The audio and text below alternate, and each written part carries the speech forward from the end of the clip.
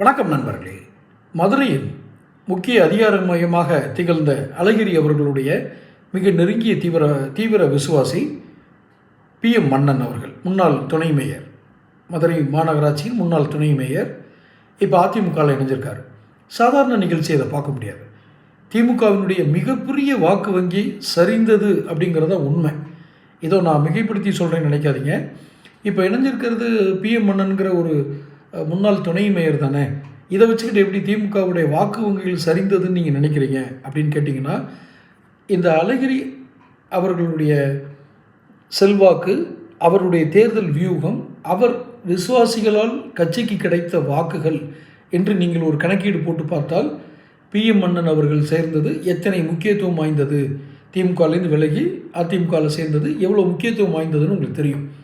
வாக்கு சதவீதம் எத்தனை சதவீதம் கவிழ்ந்து போகும் அல்லது விலகி போகும் என்பது நீங்கள் தேர்தலில் நிச்சயமாக எதிரொலிக்கும்.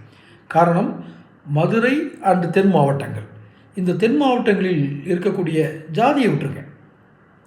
ஒரு ஜாதிய பலம்ங்கிறது ஒரு ஸ்ட்ரென்த் தான். அதை கடந்து களத்தில் நின்று உழைப்பவர்கள், ஃபீல்டு ஒர்க் பார்க்குறவங்க, அவங்கெல்லாம் அதில் முக்கியமானவர் PM மன்னன் அவர்கள். நீங்கள் பழைய திமுகவுடைய செய்தி படங்கள், அந்த கட்சி புகைப்படங்கள்லாம் பார்த்தீங்கன்னா, அழகிரியன் அவர்கள் இருக்கார் அப்படின்னா பக்கத்தில் PM மன்னன் இருப்பார், மற்றும் சில நிர்வாகிகள் இருப்பாங்க. முக்கியமாக இருக்கிறது PM மன்னன் அவர்கள். இன்னும் எத்தனை பேர் வரிசையாக இந்த அதிமுகவில் சேர போகிறாருன்னு நீங்கள் பொறுத்திருந்து பாருங்கள். இது ஏற்கனவே என்னோடய பதிவுகளில் நிறைய போட்டிருந்தேன்.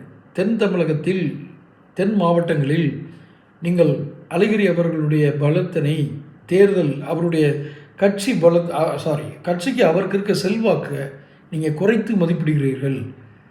தொடர்ந்து உங்கள் வியூகங்கள் தவறாக வழிவகுக்கப்படுகிறது. யார்? ஸ்டாலினுக்கு.